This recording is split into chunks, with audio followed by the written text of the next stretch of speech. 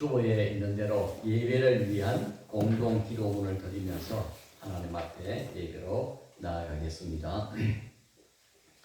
자비하신 하나님 아버지, 생명의 기운이 가득한 5월의 한가운데서 감사와 기쁨의 마음으로 주님의 이름을 찬양합니다.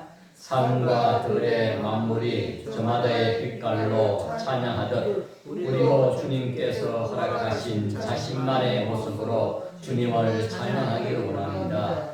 우리 안에 심겨진 주님의 아름다운 형상을 발견하게 해 주십시오. 세상이 그릇된 기준과 가치관에 오염되어 진리에서 벗어나 살면서도 자각하지 못하는 이 사회를 고쳐 주옵소서. 주님, 지금 이 시간 올려드리는 우리의 예배를 받으시옵소서. 주 예수 그리스도의 이름으로 기도드렸습니다. 아멘.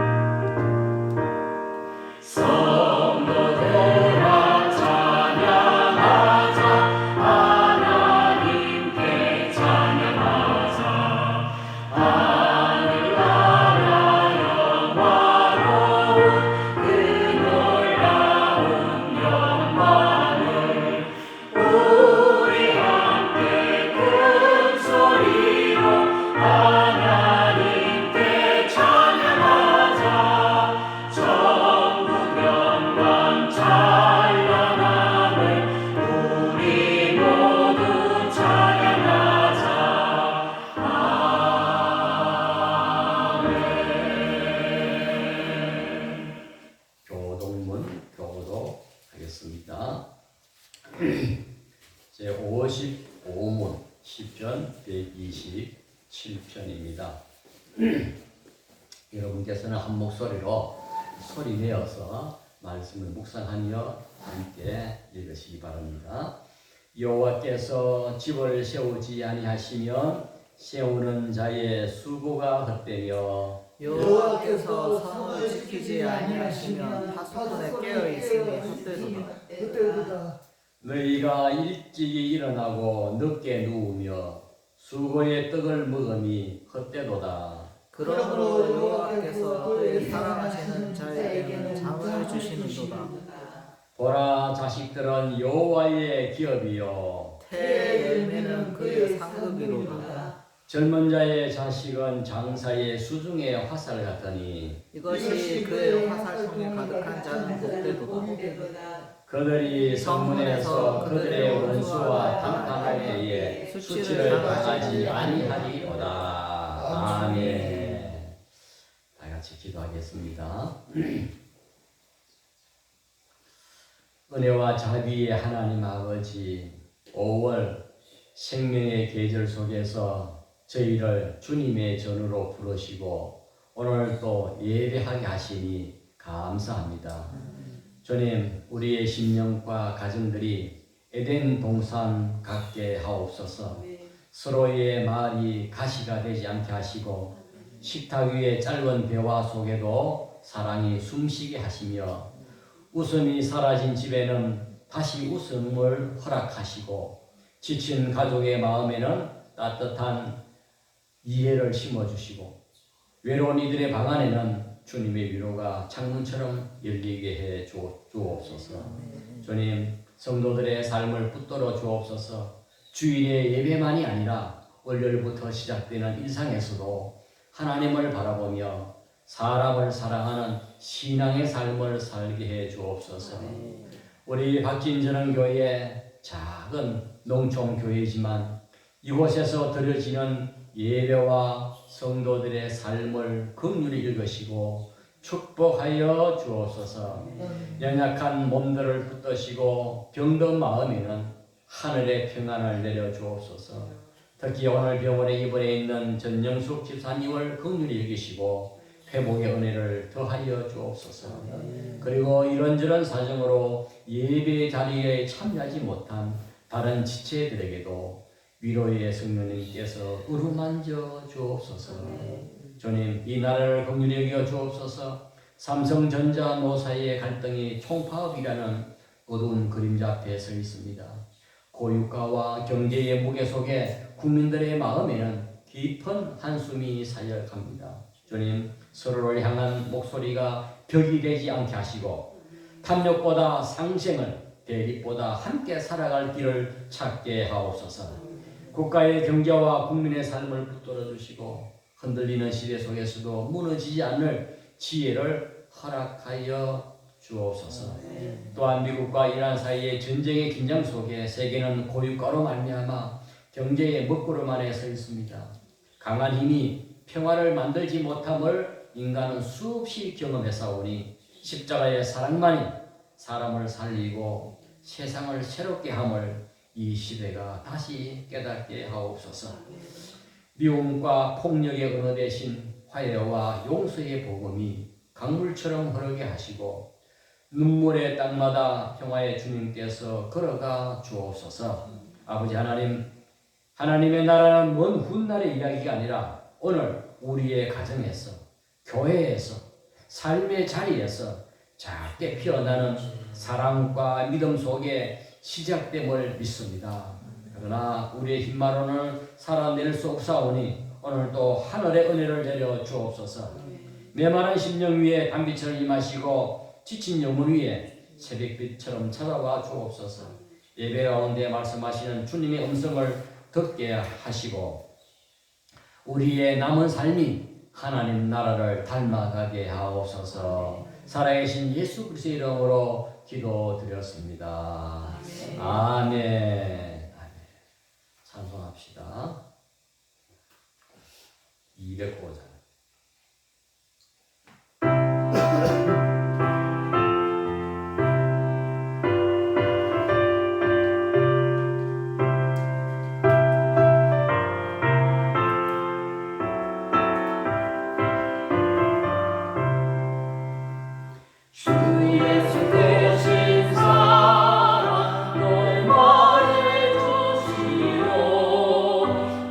항상 내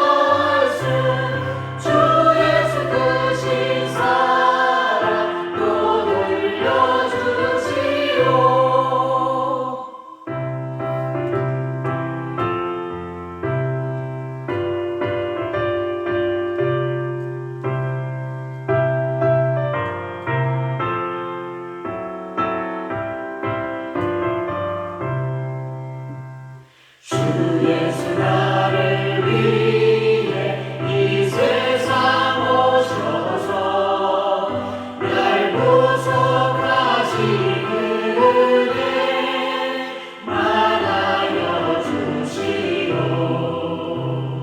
나 같은 사람 위해 죽어야 흘렸네.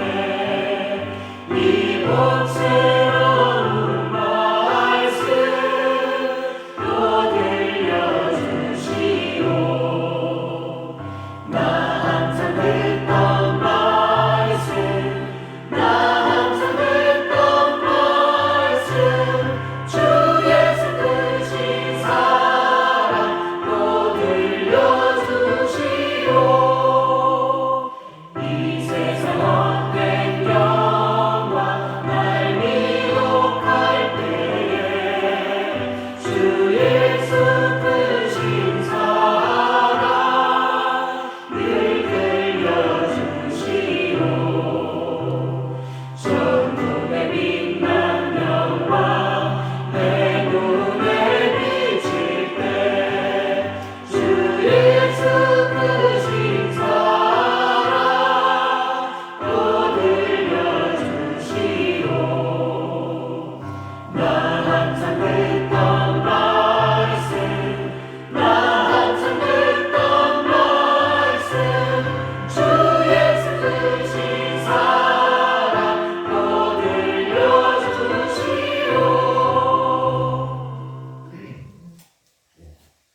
하나님의 말씀 성경을 보겠습니다. 먼저 창세기 2장 18절 말씀. 창세기 2장 18절 같이 읽을까요? 목소리로. 여호와 하나님이 이르시되 사람이 혼자 사는 것이 좋지 아니하니 내가 그를 위하여 옥론 대피를 지으리라 하시니라. 아멘. 신약성경 마가복음 3장으로 봅니다. 마가복음 3장 13절 15절. 이 또한 같이 읽겠습니다.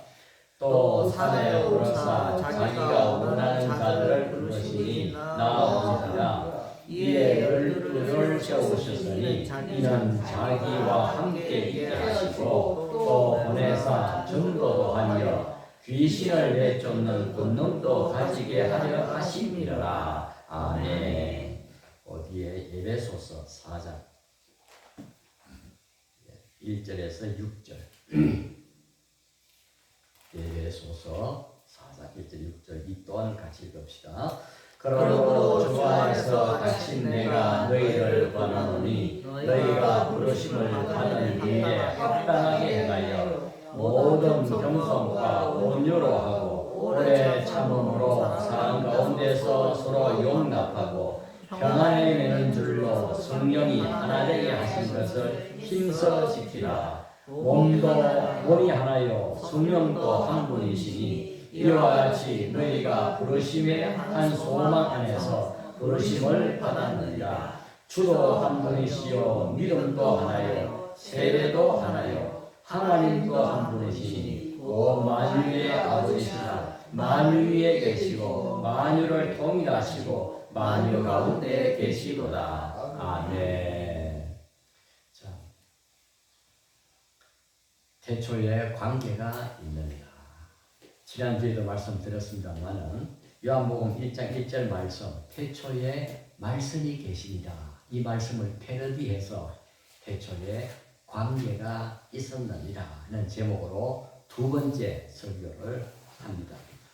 5월 달의 별명이 뭐예요? 보통 계절의 여왕, 또 가정의 달, 그렇죠. 계절의 여왕, 가정의 달. 특히 가정의 달이라는 별명 안에는 뭐가 있습니까? 어린이날, 어버이날, 또 스승의 날, 부부의 날, 또 뭐가 있다고 그랬어요? 심지어 부처님 오신 날 있는데 이 어버이, 어린이, 어버이, 스승, 부부 이건 뭐예요? 사람을 나타내는 말이에요. 사람. 그리고 관계, 사람, 관계 이 두 단어가 오늘 굉장히 중요합니다. 그래서 5월은 사람을 생각하고 관계를 생각하고 또한 그런 사람의 존재를 창조하신 하나님과의 관계를 성찰해보는 달이 바로 5월달이다 하는 겁니다. 지금 여러분 우리 사회는 초연결 사회입니다. 인터넷망으로 전 세계가 다 실시간으로 연결되어 있죠. 지구 반대편에 있는 나라에서 동시에 실시간으로 대화를 나눌 수 있고 심지어 영상도 볼 수가 있는 거예요. 참으로 대단한 시대와 편리한 시대, 신기한 시대를 살고 있습니다. 그럼에도 불구하고 사람들은 옛날 사람들보다 더 외로움을 느끼고 있습니다. 더 외롭다고 해요. 함께 살아도 대화도 없고 가족이 함께 식탁에 앉아도 휴대폰을 바라보고 있고 심지어 젊은 아이들은 AI와 대화하는 놀이를 하고 있더라고요.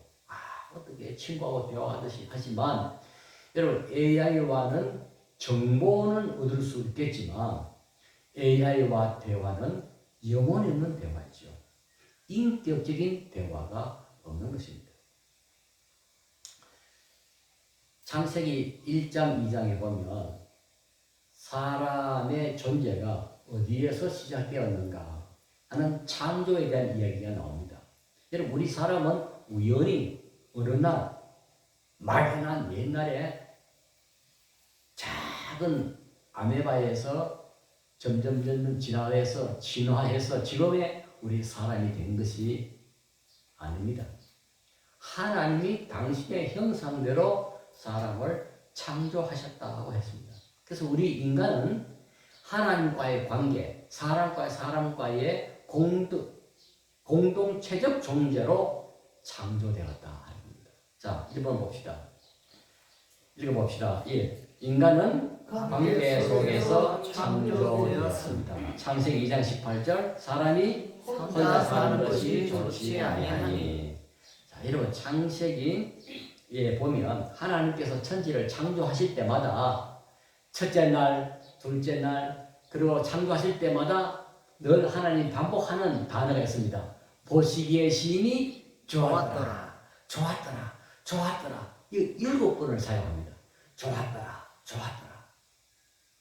그런데 딱 한 번 보기에 좋지 않다라는 단어를 쓴 건데 그게 오늘 본문 창세기 2장 18절이에요. 하나님 보시기에 좋지 않다. 그게 뭐예요? 사람이 혼자 사는 것. 혼자 사는 것이 하나님 보시기에 좋지 않았더라. 이건 결혼 얘기를 하는 건 아닙니다. 여러분 결혼을 안 했다고 해서 비혼주의자, 독신주의자, 결혼을 안 한 사람이라고 해서 혼자 사는 거 아니잖아요. 가족이 있고 그 다음에 직장에 동료가 있고 친구가 있고 이웃이 있는 거예요. 이 결혼 얘기하는 게 아니에요. 사람은 혼자 살 수 없는 존재입니다. 관계 속에서만 비로소 살아갈 수 있는 존재예요. 그래서 나와 관계를 맺고 있는 사람을 어떻게 얘기해야 된다? 소중히 여겨야 돼요. 존중해줘야 됩니다. 왜냐? 내가 그 사람 때문에 사는 거예요. 저 사람이 있어서 내가 사는 거예요. 내 잘난 맛으로 산다 그러지만 여러분 절대로 사람 혼자 살 수 없습니다. 제가 입고 있는 옷이라든가 먹고 있는 음식이라든가 살아가는 모든 것이 제가 알지 못하는 사람 누군가가 수고한 대가로 내가 이 옷을 입고 있고 누군가가 수고한 그 대가로 내가 밥을 먹고 있고 누군가가 있기 때문에 당신이 있고 그가 있고 너가 있기 때문에 내가 외롭지 않고 인간으로서 생존이 비로소 가능한 것이다. 여러분 우리는 인간 존재 자체가 관계 속에서 살아가도록 지음을 받았습니다. 왜 그렇습니까? 하나님 자신이 관계 안에 계시는 분이시기 때문입니다. 하나님 어떤 분이에요? 성부 하나님, 성자 하나님, 성령 하나님 이렇게 삼위일체 하나님은 영원부터 사랑 안에서 존재하셨고 그리고 인간은 그 하나님의 형상대로 지음을 받은 하나님과의 관계, 사랑과의 관계적 존재로 하나님이 창조하셨다. 최초의 사회는 뭐예요? 가정입니다. 그리고 최초의 신앙 공동체는 교회입니다. 가정과 교회는요, 사람이 만든 공동체가 아니에요. 이거는 하나님으로부터 내려온 공동체입니다. 가정이라고 하는 거죠. 아담과 하와를 창조하시고 하나님 에덴 동산에서 최초의 가정을 이루어 주셨잖아요. 그리고 교회는 오순절날 성령이 임하시면서 모인 무리들이 공동체가 형성된 것인데 그게 바로 교회예요. 예수님이 제자들에게 가르쳐 주신 주기도문이 있습니다.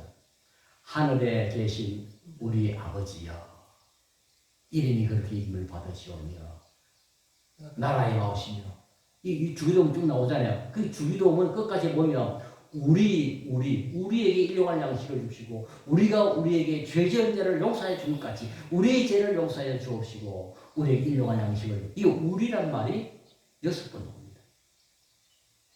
나를 이게 아니라 우리는 복수. 이건 인간의 공동체적 존재성을 말씀하시는 겁니다. 그래서 인간 안에는 본능적으로 관계를 향한 갈망이 있습니다. 나는 사람이 귀찮아. 나는 나 혼자 살고 싶어. 그건 착각이죠.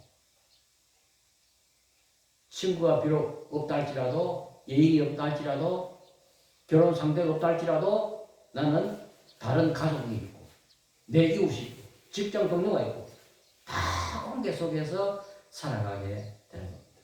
그래서 사람은 누군가 내 이름을 불러주기 원하고 내 이야기를 들어주기를 원하고 나를 이해해 주기를 원합니다. 아무리 돈이 많고 출세한다 할지라도 왜요? 내가 깊은 인격과 정과 사랑을 나눌 관계적 존재가 없다면 이 사람은 외로워서 살 수가 없고 정신분열증이 오고 우울증이 오고 살아갈 수 없을 것입니다. 여러분, 가정은 그래서 단순한 생활 공간이 아닙니다. 가정은 서로의 이름을 불러주는 자리입니다. 우리 아이들이 저희 부부 그래요. 음빠 그래요. 음빠. 엄마와 아빠. 그거 굉장히 귀엽더라고요. 음빠. 그리고 아들, 딸, 형님, 누나, 동생, 이런 호칭들 가족끼리 나눌 수 있는 게잖아요. 요즘 뭐 젊은 부부들은 남편 보고도 오빠, 그 참 좀 듣기 싫어요. 오빠. 오늘 주보에 김춘수 시인의 꽃이라는 시가 있습니다. 꽃. 이게 유명한 시지요. 교과서에도 실린 시예요. 여기를 보면 4연까지 있는데 첫째는 내가 그의 이름을 불러주기 전에는 그는 다만 하나의 목깃에 지나지 않았다. 이건 관계성을 말하는 거예요. 내가 그와 관계를 맺기 전에는 그는 내게 타인인 거예요. 그 다음에 2년, 3년에 가면 내가 그의 이름을 불러준 것처럼 이제 그에서 내가 나오고 나에서 제일 마지막 연애는 뭐예요? 우리들은 모두 무엇이 되고 싶다. 너는 나에게, 나는 너에게 잊혀지지 않는 하나의 눈치 되고 싶다. 이것은 관계적 존재, 공동체적 존재, 우리, 나, 우리를 이렇게 발전하고 있는 겁니다. 그래서 이 김춘수의 시 꽃은 단순히 무슨 서정적인 시 그리고 연애 시로 읽을 것이 아니라 물론 그렇게 읽어도 됩니다. 그러나 이 시인은 철학적인 존재의 시라 이렇게 이야기하고 있습니다. 그래서 우리의 관계적 존재 이를 이제 이 시로 표현하고 있는 겁니다. 성경의 구약에 보면 다윗이라는 인물이 나옵니다. 누구예요? 다윗. 왕이죠. 다윗왕. 대단한 인물입니다. 지금 이스라엘의 국기에도 다윗의 별이 딱 그려졌잖아요. 그만큼 다윗은 이스라엘 민족에 있어서 성군으로 인정을 받고 있습니다. 근데 이 다윗은 가정에 들어가 보면 굉장히 불행해요. 그 당시에 왕들은 여러 여자들을 두고 있잖아요. 그래서 배달의 형제들이 있는 거예요. 그래서 배달은 오빠가 배달한 너희 동생을 성폭력하게 되죠. 이 사실을 알게 된 갇힌 배의 오빠가 이 성폭력한 그 형제를 잔인하게 죽입니다. 그리고 그의 다윗의 아들 압살롬은 아버지를 배신하고 아버지를 왕위에서 쫓아내고 왕권을 찬탈하는 이런 하극상, 역적 모의까지 일으키는 그야말로 가정이 뭐 풍비박산이 난 그런 가정이라고 할 수 있죠. 그러다 보니까 다윗은 가정의 아름다움, 가정에 대한 굉장한 어떤 그런 낭만이 갖고 있었어요. 그게 시편 133편 보세요. 1절입니다. 세번역으로 이렇게 우리가 번역할 수 있습니다. 그 얼마나 아름답고 즐거운가. 형제 자매가 어울려서 함께 사는 모습. 이렇게 시를 쓴 거예요. 함께 사는 모습. 여러분 가정에서 행복을 누리고 사는 사람은 바깥에 나와도 다른 사람에게 관계에 있어서 너그럽습니다. 제가 겨울에 추운 집에 살아봤거든요, 옛날에. 그러니까 밤새도록 떨고 살잖아. 그러면 바깥에 나가면 하루 종일 추워요. 근데 따뜻한 집에 살고 나면요, 바깥에 나가도 종일 몸이 좀 덜 떨리더라고요. 그런 게 있습니다. 그처럼 가정에서 평안과 안정과 행복을 누리는 사람은요, 바깥에 나와서 다른 사람과의 관계성에 있어서도 너그러울 수 있습니다. 근데 가정에서 늘 지지고 볶고 싸우고 어려움, 스트레스 받는 사람은요, 바깥에 나와서 누가 조금만 건드려도 앙 하고 터지고 폭발하는 거예요. 굉장히 민감해 있는 사람. 그래서 가정 공동체 생활이 그만큼 중요합니다. 교회 생활도 마찬가지더라고요. 평안한 교회, 은혜로운 교회, 말씀과 성령이 충만한 교회, 코이노니아가 넘쳐나는 그 교회에 다니는 성도들은요, 얼굴이 평화롭습니다. 대화를 해도 평안합니다. 온건한 용어를 씁니다. 근데 늘 지지고 볶고 싸우고 분란이 일어나는 교회에 다니는 사람들 대화를 해보면요, 얼굴에 기쁨이 없습니다. 말하는 것도 비판적입니다. 공격적입니다. 그리고 교역자에 대한 아주 안 좋은 비판적인 말을, 부정적인 말을 많이 하게 되는 겁니다. 부부 사이도 마찬가지예요. 부부 사이도. 특히 아내의 얼굴은 남편이라고 하는 정원사가 가꾸는 정원이다. 그렇죠? 정원사가 시원찮은 사람은요, 정원이 엉망이 되잖아요. 그 이제 시적인 그런 표현이 있더라고요. 그 남편은 아내의 얼굴을 가꾸는 정원사다. 그래서 이제 부부 관계에 문제 있는 아내의 얼굴들을 보면 조금 어두운 경우를 많이 보게 됩니다. 자, 그 다음에 두 번째 스크린에서 한번 보십시다. 같이 읽읍시다. 그러나 죄는 관계를 깨뜨립니다. 여러분, 성경에 나오는 에덴 동산은 그야말로 파라다이스, 낙원이었습니다. 왜 에덴 동산이 낙원이냐? 먹을 게 많고, 그런 의미에서 낙원이 아니라, 에덴은 하나님과의 관계, 아담과 하와의 관계, 이 관계가 정상적인 관계였기 때문에 낙원이었다는 겁니다. 얼마나 여러분, 아담이 처음에 하와가 자기에게 왔을 때 하나님이 만들어서 보내주었잖아요. 얼마나 감격했는지, 이는 내 뼈 중에 뼈요 살 중에 살이로다. 이렇게 감탄했잖아요. 그러니까 얼마나 사이가 좋았겠어요. 하나님과도 그런 대화가 잘 이루어졌고요. 당연히. 그런데 창세기 3장에 가면 관계가 무너지기 시작합니다. 무엇 때문에요? 죄가 들어오면서부터 관계가 깨어지고 관계에 금이 가면서부터 낙원을 잃어버리게 된 것입니다. 자, 스크린에 우리 집사님 요한 1서 3장 4절 봅시다. 시작. 죄를 그게 아니면 화폐. 시편밖에 없는데요. 저기 안 적어주셨어요. 안 적었구나. 미안합니다. 요한일서 3장 4절에 보면 죄를 짓는 자마다 불법을 행하나니 죄는 불법이라. 여러분 죄가 불법이 맞죠? 불법을 저지르면 죄가 성립이 되잖아요. 그래서 성경은 죄는 불법이라 이렇게 정의합니다. 불법이 뭐예요? 하나님의 창조의 법을 어기는 겁니다. 창조의 질서를 어기는 거죠. 여러분 한문으로 불법자 보면요, 왼편에 물수변자가 있고 오른쪽에 갈것자가 있습니다. 그럼 물이 흐르는 자연스럽게 물이 흐르듯이 흘러가는 게 법이라고. 그게 법에 기초는 상식이죠. 그러니까 하나님의 창조의 법대로 살지 않는 것이 바로 죄다. 이 죄가 들어오고부터 관계가 병들기 시작합니다. 문제가 생기기 시작합니다. 어느 날 하나님이 아담아 하고 부르시는 거예요. 그 전에 같으면 하나님 제가 여기 있습니다. 안녕하세요. 이렇게 했겠죠. 그런데 아담과 하와는 죄가 들어오고부터 하나님을 피했습니다. 숨었습니다. 죄가 그렇게 만든 거예요. 여러분 부부 사이도 그렇지 않습니까? 둘 사이에 불륜이라고 하는 죄가 들어오면 관계에 금이 가기 시작하죠. 둘 사이가 문제가 생깁니다.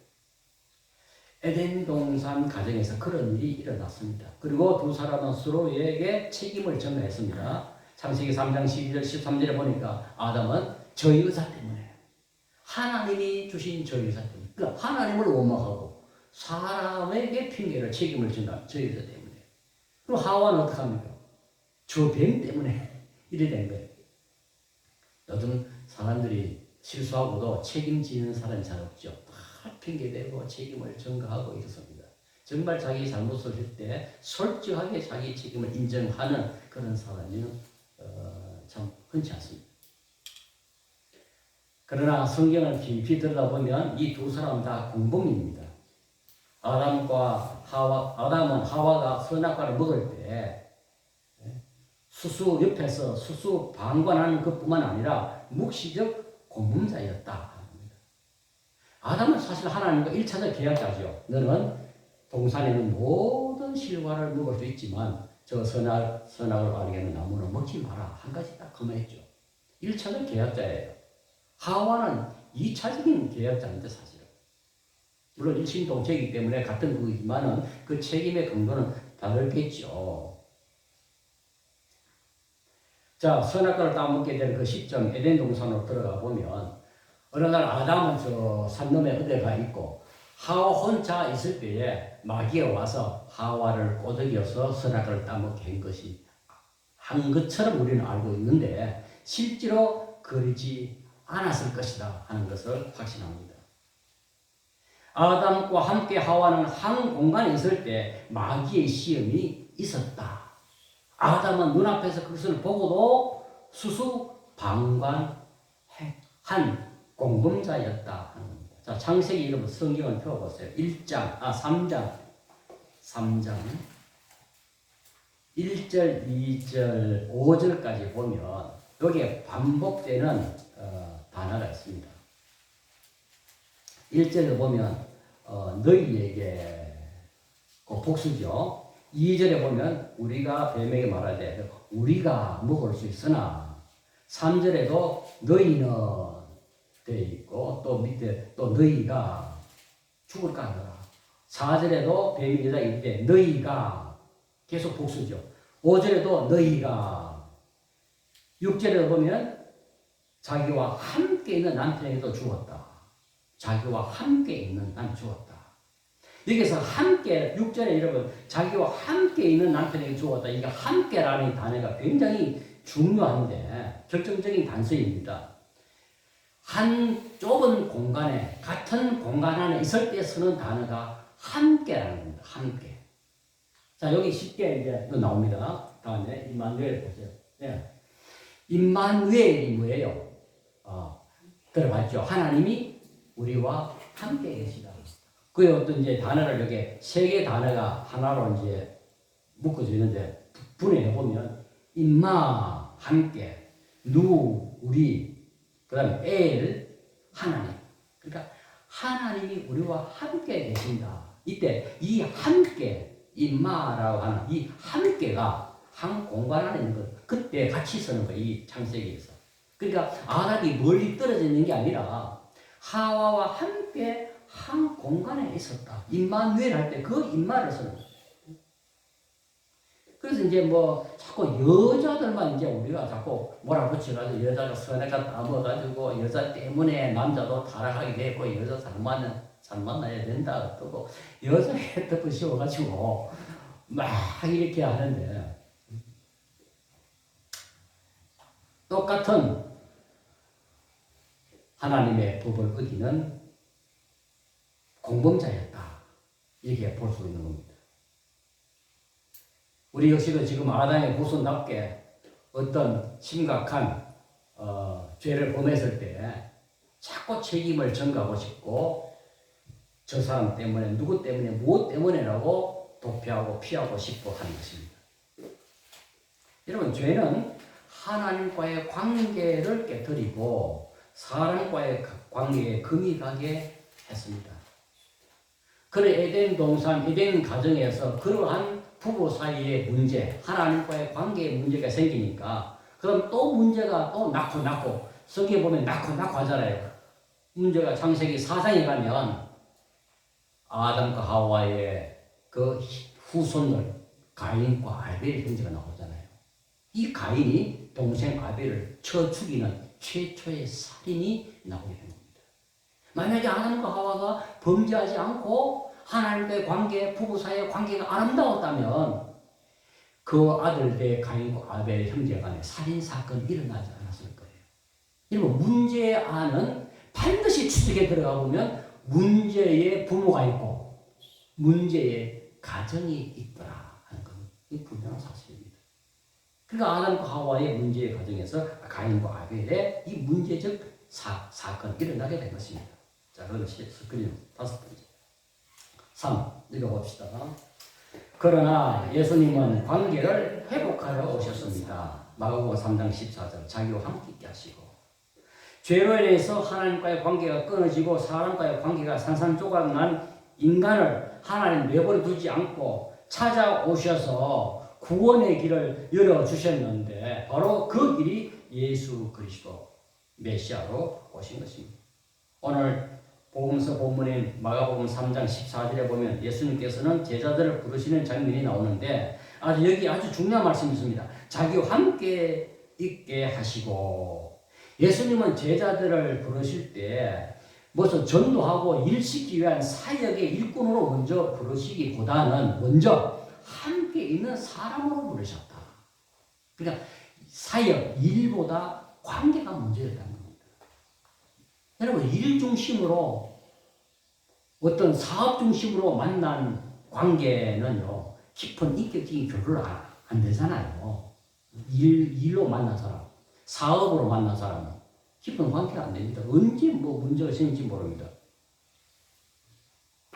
그러나 예수님은 제자들을 그런 일보다도 먼저 자기와 함께 있는 관계적 존재로 제자들을 먼저 부르시고 그 후에 그들을 전도로 파송하시는 그런 사역의 동력자로 만드신 것입니다. 여러분 이 세상은 사람을 자꾸 쓸모와 조건으로 평가합니다. 얼마나 돈을 많이 가졌느냐, 학벌이 어떻느냐, 얼마나 성공했느냐 그 역으로 그 사람의 쓸모를 따집니다. 그러나 예수님은 조건 없는 사랑으로 다가오시고 그의 공생애를 보십시오. 모든 사람들이 기피하는 세리와 함께 식사하셨고 병든 자를 만지기만 해도 종교적으로 더러운 사람으로 인정받고 내쫓김을 당해야 되는 그런 상황에서도 병든 병자를 만지시고 외로운 사람들 이름을 불러주셨습니다. 그게 예수님의 인간관입니다. 그렇다면 예수님이 가져오신 복음의 핵심 그것은 관계성에서 막힌 담을 십자가로 허무는 일을 주님은 하셨습니다. 여러분, 인간의 어떤 종교적 노력이나 도덕성으로는 하나님과 사람 사이에 막힌 담을 허물 수 없습니다. 아담의 범죄 이후에는 사람은 죄의 유전자를 가지게 되었습니다. 여러분, 아이를 키워보면 알잖아요. 좋은 일은 참 가르쳐도 잘 안 되는데 하고 못된 짓은요 안 가르쳐도 너무나 잘하는 거예요. 이 죄의 유전성인 것입니다. 가만히 두면요 사람이 발전하는 게 아니라 오히려 퇴보하게 되어 있고 관계를 파괴하는 그런 죄의 열매가 나타나게 되어 있습니다. 예수님은 이런 절망적인 관계 회복을 위해서 자신을 희생 제물로 바쳤습니다. 그것이 바로 십자가입니다. 십자가는 죄의 값을 대신 지불했다 하는 겁니다. 누가 누구를 대신 희생해 준다는 말. 여러분, 이건 상식이에요. 세상에 어떤 문제가 발생하면 그 문제를 해결하기 위한 누군가의 희생이 있지 않고는 원상복구가 안 되는 겁니다. 그러니까 희생은요 반드시 필요한 것이죠.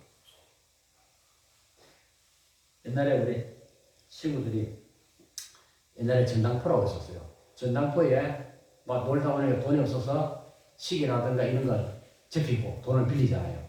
나중에 돈 받을 이 능력이 안 되는 거지. 그러니까 자기 아버지가 와서 그 전당포에 시계를 찾아주는 거예요. 대신 찾아주는 거죠. 비유하자면 인간은 스스로의 노력으로서는 어떻게 할 수가 없다는 거예요. 그런 인간을 위해서 주님이 오셔서 우리의 죄의 문제를 해결하시고 하나님과 우리 사이에 막힌 담을 허무시고 구원의 길을 여셨던 것입니다. 예수 그리스도의 십자가는 두 개의 기둥으로 이루어집니다. 위로는 하나님과 우리를 화목하게 묶어주는 수직적 기둥, 옆으로는 사람과 사람의 막힌 담을 허물어 버리는 수평적 기둥, 그래서 십자가인 것입니다. 그래서 여러분, 우리가 믿는 이 복음은 단순히 죽어서 천당 간다 하는 티켓이 아닙니다. 예수님의 피로 하나님과 화목해진 사람은 그 넘치는 은혜를 가지고 내 곁에 있는 사람을 용서하고 화목하게 하는 그런 관계 회복의 능력이 바로 복음인 것입니다. 자, 그다음에 그래서 번째 4. 결국 신앙은 사랑의 관계 회복입니다. 하나님 사랑, 이웃 사랑. 예수님께서는 구약 율법의 613개의 율법 전체를 두 단어로 요약했습니다. 하나님 사랑, 이웃 사랑입니다. 하나님을 사랑하고 이웃을 사랑한다. 수직적인 하나님과의 관계, 수평적인 사람과의 관계를 회복하는 겁니다. 근데 어떤 사람은 하나님만 사랑해요. 하나님 사랑한다고 하나님을 예배하고 하나님을 자꾸 이해하는데 사람을 별로 사랑 안 해요. 사람은 무시하고 사람과의 관계가 늘 트러블 메이커가 돼요. 늘 그 사람만 가면 싸워. 이게 온전한 신앙은 아닌 것이죠. 신앙은 십자가의 은혜로 빚어진 사랑의 관계를 회복하고 사람과 사람 사이 아름다운 관계를 이루어 가는 것입니다.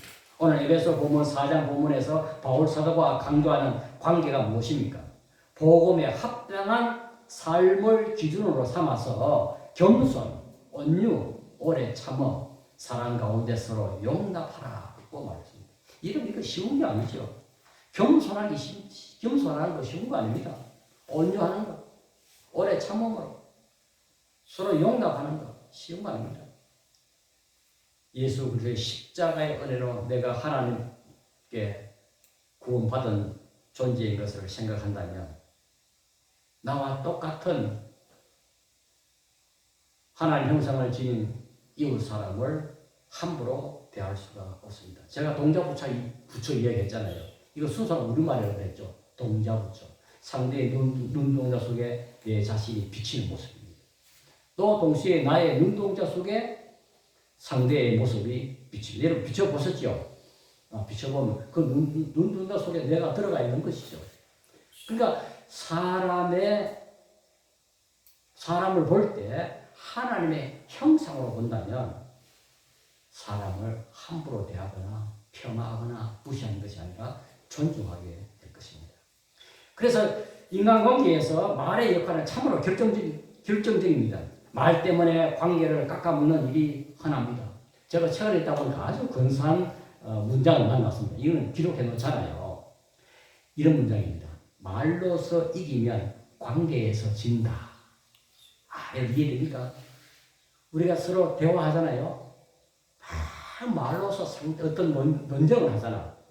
그래서 온갖 논리를 동원해서 막 꺾어 놓잖아요. 그러면 이 사람은 관계에서 진다는 거예요. 말에서 져줘야 관계에서 이기게 되는 겁니다. 말로서 이기면 관계에서 진다. 이렇게 기억하고, 이건 한 주간 대화하면서 살 때에 말에서 너그러워져요. 말에서 관용이 있어요. 말에서 축복이 들어가요.